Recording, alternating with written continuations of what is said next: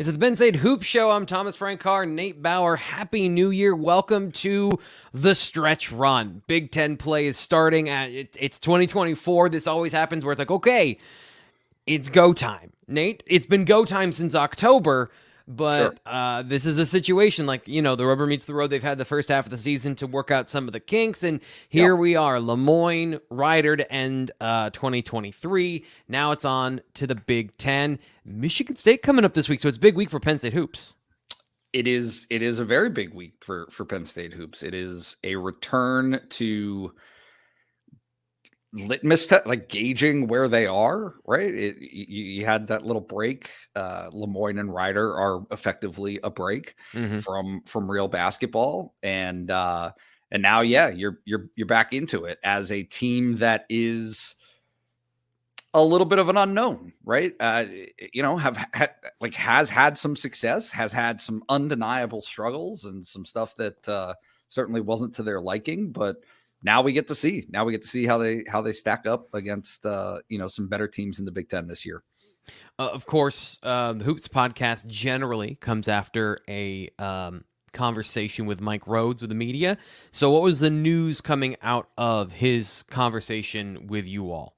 Yeah, so he met on Tuesday afternoon via Zoom, and kind of the big stuff is Favor Ire is available. He's back. Big man who is a let me think about this, second or third year player. I'm forgetting off the top of my head right now, but just a big man, right? So you get a body who is back and can help you, but within reason, right? You have to be reasonable about what the expectations are. And for a guy who has not played this season, who has not seen any time this season, what does that mean? What does that look like, for him? And so for Penn State, you get a guy back or a guy added to the roster really that can provide you with, again, this is as blunt as I can be, some fouls, right? Like he can, Qudus Wahab is not the only guy who, right? Like, so you have some fouls to give now on the interior. Is that a big deal? Like, obviously it is, you're bringing it up, but just one of those things that maybe we haven't been considering is that Wahab is really, there's a very thin line of defense down low, and he hasn't been as aggressive at the rim, something you've talked about. So I guess does Favor bring those skills? And just generally what you're saying there is they can afford to be more aggressive, even if all of their skill sets don't align to either of these guys are stoppers at the rim. They can at least give a little more because of the situation. Is that a fair way to summarize that? Yeah, it's Wahab has not been anything really resembling a rim protector, and Fave can give you a little bit of that, right? He jumps out of the building. He's athletic. He's long. So they got him a taste, right, in the Ryder game the other day. I think 4 minutes was what he had, but give that an opportunity to build up and work up, and you've got a guy that potentially can start to contribute and start to help you out there on the interior. Yeah, and so what's the status with Nick Kern? I know that's another thing that we've been talking about here. Yeah, so he was announced by Rhodes as being day-to-day. That's it. This is for now, day-to-day. Didn't really get into beyond that, but certainly he's a guy who helps defensively, I think, for Penn State. He's a guy who's played a bunch of basketball this season, but also is one that Penn State wants to have there as, at minimum, an option. So we'll see what his status is for Thursday. It's an interesting situation heading into Michigan State, as you mentioned. Some positives, some changes up front, maybe. But also good things happening for this team as well. Some of the talent is starting to play like talent. So what are your thoughts about generally how the good stuff that's happened over the last week or two with this, what feels like a day-to-day development from this team? Mike Rhodes talked about it, of the peaks and valleys of the first year. Where's the good stuff? Where are the peaks for them recently? Well, I think the important part in terms of looking at the narrative, right, is that they are through the doldrums, right? I mean, they lost 5 straight, but really we're talking about 4 games. Texas A&M, Butler, VCU, and Bucknell being kind of the capper of disappointment for this team, because at Maryland was a better showing, right? That was a better look. And so the last 5 games, Maryland, Ohio State, Georgia Tech, Lemoyne, and Rider. Okay, they're 3-2 in that span with a win over Ohio State. And the 2 losses, though, not going to say that you can live with them, but you're not upset, right? Like you can deal with having an overtime loss at Maryland, which is a tough place to play. And certainly we all know how that Georgia Tech game played out with kind of the phantom foul, I should say, at the end of the game that gave Tech that win. So, better performances. They're getting more points. Kanye Clary off the top is having a great run, right? He's becoming just, I guess you've already seen it this season, but just had a season high 29 points against Rider. He's up to 18.2 points per game this season. Puff Johnson is getting better and better. He's getting more comfortable. Rhodes talked about that on Tuesday. Over his last 3 games, he scored 15, 8, and 10. DeMarco Dunn is coming along, right? Here's a guy coming from North Carolina that Penn State had, I won't call them high expectations necessarily, but certainly some optimism that he would be a guy that could contribute to this Penn State team in a big way, and has had to adjust his own expectations, has had to adjust his own understanding of what his role would be more assertive, attack the rim. And so he's scored in double digits over the last 4 games. He's had 16, 17, 10, and 12. Those are all good individual strides for this Penn State team. And then when you pair them with some of the defensive improvements that have taken place, defending the 3-point line has been pretty good for this team. Forcing tough shots has been good. Those are all positive trends that Rhodes talked about on Tuesday. I think our defense has improved. Nothing where I want it to be, but I do think it's improved. I don't think our rebounding has improved enough. That's something we're working on and we're emphasizing. We got to defensive rebound better, without a doubt. Our defense would be so much better if we were rebounding 10% of the first, 10% more of the first misses. And that's not a lot, Daniel, but it's significant. Offensively, we're shooting the ball better. We've done a better job from the beginning of the year of not turning the ball over. So I think that's been huge. Getting a shot every time down. I think multiple guys have stepped up at times when it's needed, which was what we felt we would get with a team with some depth. So we're definitely further ahead than we're much better than we were beginning of the year. We're much better than maybe the Ohio State game. We showed signs in a lot of games where we could play pretty good basketball. We're just not very consistent. Part of that is the rebounding, as you're giving other teams second shots and confidence. But I do think we've improved in a lot of areas of our game, without a doubt. Did I miss part of that there? No, okay. That was it. Right. That was it. So yeah, they've taken some strides and have become a team that I think is poised to be competitive, which is it's most of what you can ask for out of this group this season, given the circumstances. Is if you're a Penn State fan and you're a Penn State staffer or personnel, what have you, player, you just want to be in a spot where you feel like you've got a chance, a realistic chance to compete every time out. And I think as the new year starts, as this part of the January schedule begins, they're in position to do that. Yeah. And also, being healthy is a big part of it. Sure. But from a I guess overall holistic sense, I don't think Mike Rhodes cares about this, but being a fun watch, this had the potential in the offseason, given the ranking and recruiting style of the players they were bringing in, big, long athletes that can jump and can run, and Kanye Clary's explosive, and this could be a fun team to watch, even if they weren't winning, and make you feel about the progress, the good stuff about where this whole program could go under Mike Rhodes and his style. But Nate, I need you to hit me with the however. Yeah.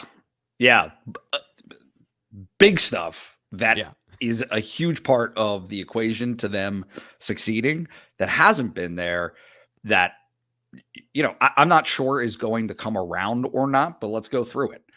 3-point shooting has not been good this season. They have had some moments. There have been some games where it has come through, but if you look at 3 of their bigger, what I would call volume 3-point shooters, guys who are here to shoot threes, Zach Hicks has had a little bit of a disappearing act. Over the last 3 games, he went 0, 0, and 6 points, I want to say, against Ryder. His minutes are decreasing. He's shooting 31% for the season from 3. That's not good enough. That's not good enough. They need him to be in the mid 30s, I would say, at least. And it's not there. Leo O'Boyle is now shooting. He's now at 30%. Shooting from 3 for the season, and Jameel Brown, has been hurt. He's in a boot.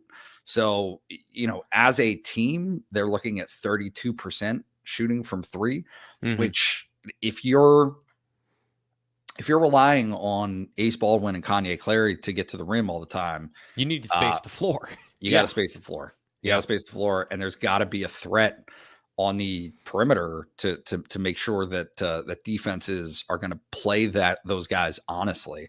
Yeah. Granted, Kanye's still getting his for sure, and Ace is still getting his, but that's going to get tougher. That job is going to get tougher for those guys as they get into the Big Ten schedule. Where do you think not ideal? Because I think that's unfair to say, like, they need to shoot 45% from 3 or whatever, right? Of course not.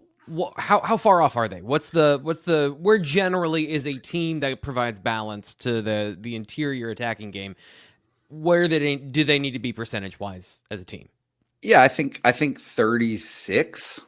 Okay. 30 set, right? So 4 percentage points, 5 percentage points. If they can get to 37, like, that would be great. Right. Like I said, they're ranked 243rd at 32% right now. Let me see here. 3-point attempts per game. They're tied for 68th, right? Which is, they're taking them. They're just not making them. They're not making enough of them. So, until those numbers improve, I think it's going to be a little bit of a razor's edge for this team in terms of how they're scoring their points, how they're going to get to the numbers that they need based on the fact that defensively they're going to give up points, and they're going to give up points because they can't rebound. Yeah. It's Mike Rhodes, it's not changing. he mentioned that and wanting to be better at that. You have some numbers to provide to that about where they rank right now, right?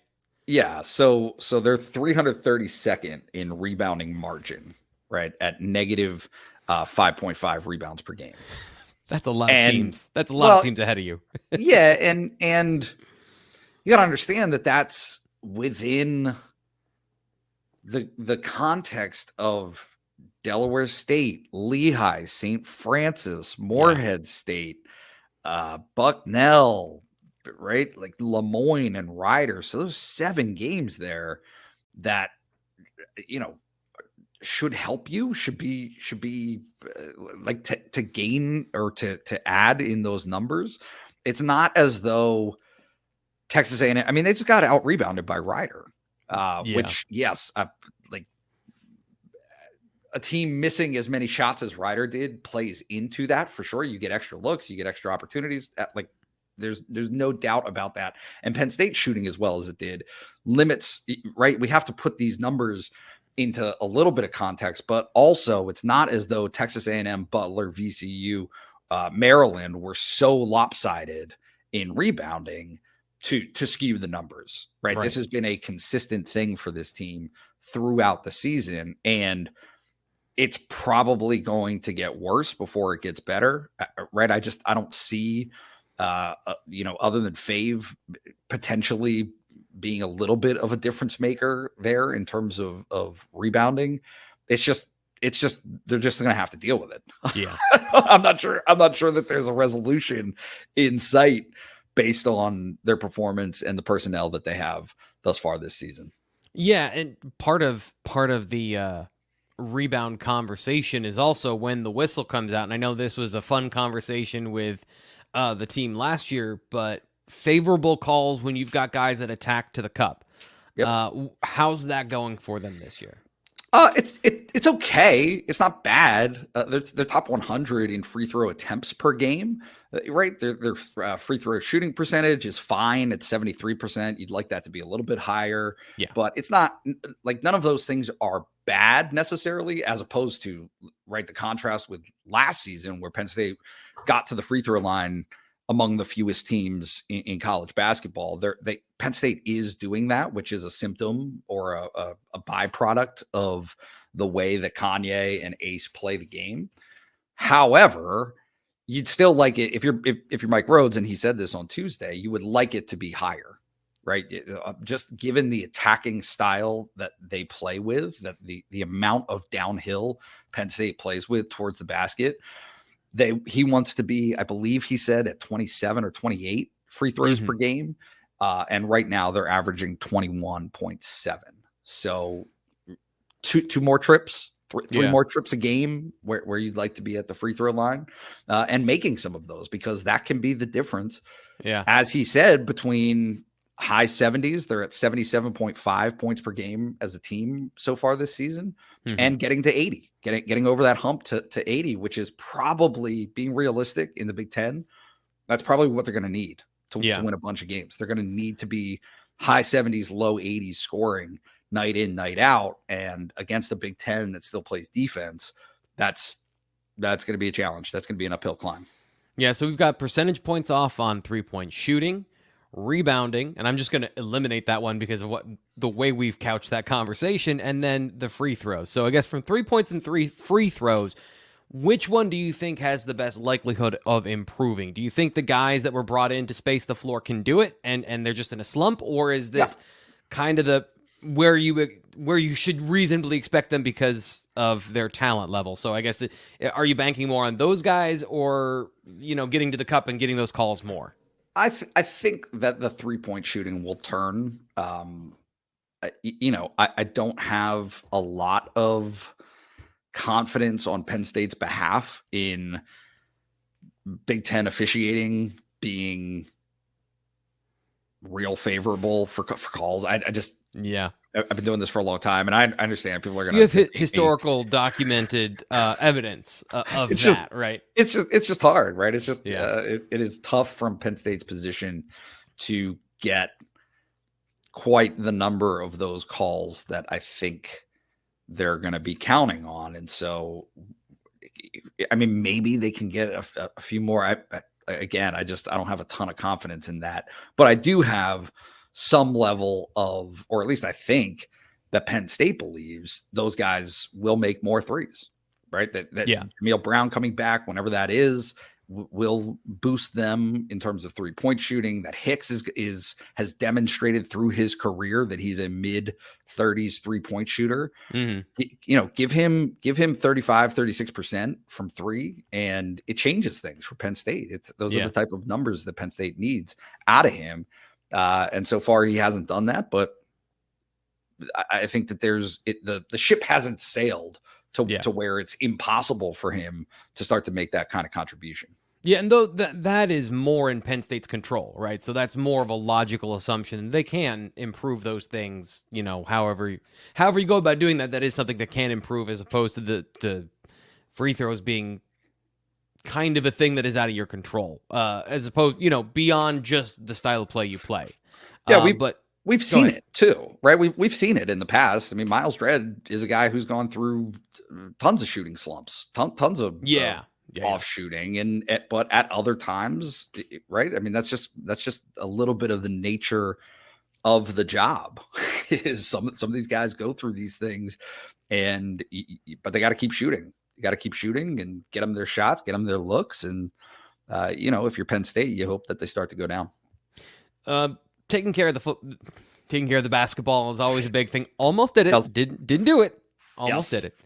Well done. Taking care of the basketball, especially when we're talking about the margins here, right? So where they need to improve to be competitive and giving the ball over, how has that been going for Penn State so far?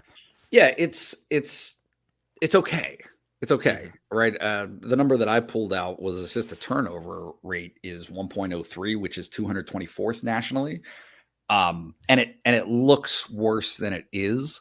This isn't going to be a high assist team just based on the way that Ace and Kanye score. Yeah. Those guys aren't going to be picking up. I mean, Ace still has gotten some assists, but Kanye is not. Kanye is not an assist guy. So you're not right. And he talked about it. Rhodes talked about it. I think it was a couple of weeks ago at this point. Just saying the number of assists off of makes that Penn State has, you can't expect that when your players are so proficient at creating for themselves. Right. So that's just a number that you're going to have. But I do think at times this season, and it showed itself again against Rider in the second half, they get sloppy with the basketball. Mm-hmm. They don't always protect the ball as well as they should and value possession of the basketball. So that's something that I think can get better from a turnover perspective, but from an assist perspective, probably is about what it's going to stay. So Michigan State up next. Let's talk about what's coming up. So Penn State fans can have an idea of who Michigan State is this year. If they're just there's a certain percentage of people that kind of get here when they can get here, right? And New Year, talking about this particular Michigan State team this year. What do you know about them? Yeah, so it is I'm going to call them a weird team because I'm not sure. I mean, if you look at some of the coverage, and again, I'm looking at this from the outside, but if you look at the coverage of Michigan State fans and Michigan State media, media that's covering Michigan State, it's like, well, they opened the season with a loss to James Madison, who happens to be a pretty good team. Mm-hmm. Okay. They lost to Duke. They lost to Arizona. Arizona is one of the best teams in the country. They lost to Wisconsin. They lost to Nebraska. And so those losses created a little bit of a sense that not the expectation for typical Michigan State basketball, but some of those opponents are better than they were initially given credit for. And they've responded since then with a run of 4 wins against really high quad 2, quad 1 teams in Baylor, Oakland, Stony Brook, and Indiana State, right? Indiana State's a pretty good team. Baylor's an excellent team. And so they've had a run since really the middle of December. That's been pretty good. They're starting to turn the corner. And so if you look at some of the coverage of this Michigan State team, it's coming around. They're starting to believe again in East Lansing that this is a team that can be pretty good this season. So we have something from Mike Rhodes. Who's he talking about in this clip? Because I didn't add that. So who's the player he's referring to here? He is talking about AJ Hoggard, and Tyson Walker. Those are the 2 guys that he's focusing on.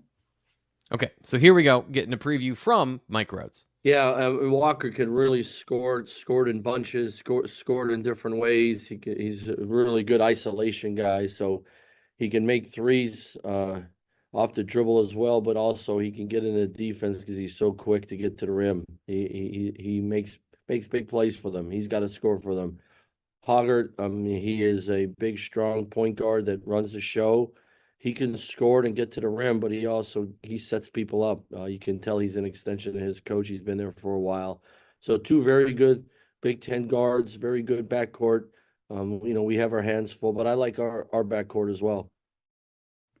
So that's interesting. Two guys. Is this a strength on strength situation? I know Michigan State generally is a great team overall, but how does this matchup go from what your research so far? Yeah, I mean, I think that they're a tough defensive team. I think that this is going to be a little bit of a challenge in the rebounding department for Penn State again. But I'm going to say that about literally every game. I was just about to say that. Like, you made me laugh. Of like, yes, so that is established. Yeah, but that's it. I mean, that's kind of the formula this year. Is how many, as Mike Rhodes said in that clip that you played earlier, how many of these teams can you prevent from getting second looks, from getting you need to get a rebound on the first attempt, because these are teams that will make you pay on the second look. Right. And this is a pretty good shooting Michigan State team anyway. You're going to have to battle and see if you can get yourself into, again, the mid 70s against a pretty good defensive team that will probably be scoring in the 70s themselves, right? This is a team that has established that they can put up some points, and certainly has done so, like I said, over the last 3 weeks to, challenge on for this Penn State team. I hope I'm not asking you to beat the same dead horse, but if Penn State wins this game or gets to within 6 points with 2 minutes left, what happened in this game for them to get there? If they get it to 6 points with 2 minutes left in the game? Yeah, just being with a chance to win the game, at the end. Obviously, I don't think this is a team that you're going to go and do games against superior opponents from as you mentioned here in the net ranking, they're 28th. I don't think you're asking them to come in and what's the advantage where they win and they win decidedly, but like how do they be competitive in this game and make it a ball game late into the deep into the second half? Yeah, I mean, I think that certainly you force Michigan State to miss, like you hope that they miss shots and that you collect the rebounds on not a great start. It's starting with hope. Yeah, it's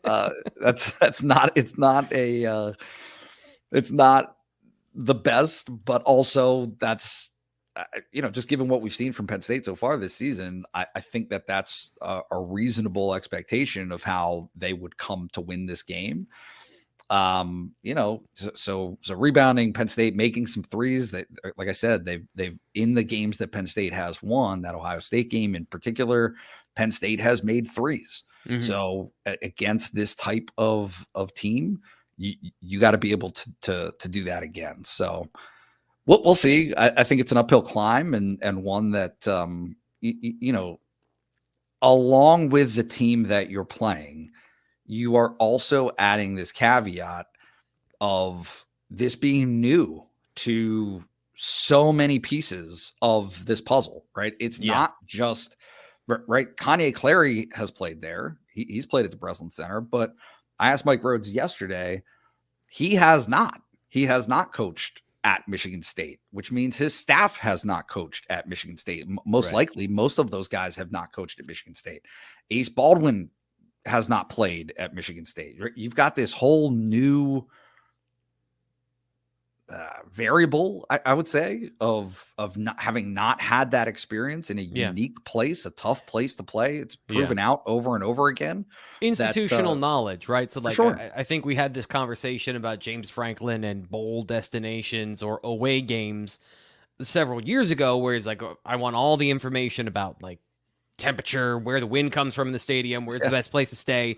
They don't have any of that information, because this is their first time through, right? Yep. None of that experience, which maybe is a good thing. I think you could probably spin it as a, hey, you don't know what you don't know. And if you go into the game with confidence, which, I'm kind of setting you up here for this Mike Rhodes clip. He is a firm believer, and he said that he likes it. He said that he likes going into these types of environments and having the opportunity to knock off a team like this. Are you asking me like if I'm scared or worried? I don't think I'd put it that way, but no. This, man, think about this, man. I've said it before. I'm the new head coach at Penn State from Pennsylvania, and I'm going to get to coach my team on Thursday at Michigan State. How awesome is that? You know what I mean? And just think if we win, how cool is that going to be, right? So, that's how I look at it. And going to Indiana or Purdue or Northwestern or going to Maryland was really cool when we played there. So no, I love road games. I love taking my team on the road. I think it's really, really hard to go on the road in college basketball and conference play and win. That's how you set your program apart. I've taken great pride in that in my career of going on into someone else's arena or gymnasium and beat them. So that's the plan. That's the goal. To do it in the Big Ten, it'd be really cool. It's really hard. I know the stats about it. It's really hard, but hey, why not? So I'm excited. I'm really excited. I'm excited that I don't have to wear a suit for these games too. So I only have to take one bag. So I'm excited for that. There's I'm going to get philosophical here to end the show, and this is going to go off into a tangent. It's going to totally derail us, but that mentality is so important to success and that larger goal of your aspirations, right? Of not just looking at what's in front of you this week, but like, what are you trying to do? What is your ultimate goal here to build a winning program? And I think we get bogged down in the culture speak of mentality and again, some of the things we've heard, positivity, of being positive about bad situations and trying to find the outcome. But truthfully, like, I've thought a lot about this. Like, if you're expecting the worst or you're not expecting to succeed, you will do things that create a habit that allow you to not succeed. And it's really hard to create habits that lead to success while still experiencing failure. And I think like that's just, I find that fascinating as something that I think we can all take in our own lives, but also in sports is such a big thing of program building that is it's really hard to wrap your head around sometimes. Yeah. And I think the fact that they have had the experience at Maryland, which is also a tough place to play. Maryland wins all the time in their gym. That's a boost of confidence. Yes, you came out on the losing end of that, but you played well enough to win. You did enough things right. They have shown a, cliche city here, but they've shown a fight, right? They've shown they have that ingredient of being willing to push back and to put themselves in positions to win. I mean, they did it against Georgia Tech. Right. You couldn't get quite over the hump there, but that has been a consistent theme really since that Bucknell game is they've been able to produce that. And I think going into this game, like I said, that you just want an opportunity to play well and to give yourself a chance to compete. And if you do that, you see where the chips fall.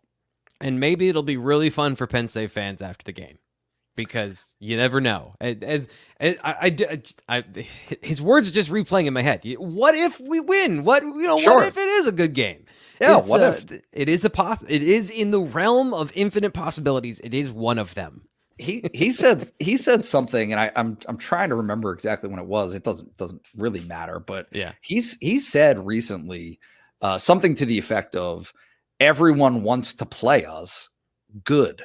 Right. Like we're a team that everyone wants to play because they think that it's going to be a win, that it's going to be an automatic win. And it's like, okay, good. I want teams to think that. I want opponents to believe that we're that type of team, because clearly he doesn't.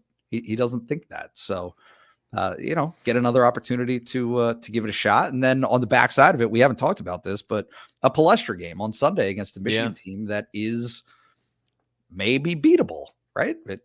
In a environment like Penn State will have in Philadelphia on Sunday, they're going to be two interesting games. Put it that way. This is a very interesting week to get a better idea of how far this team has come since that Thanksgiving stretch. Just to get a better idea.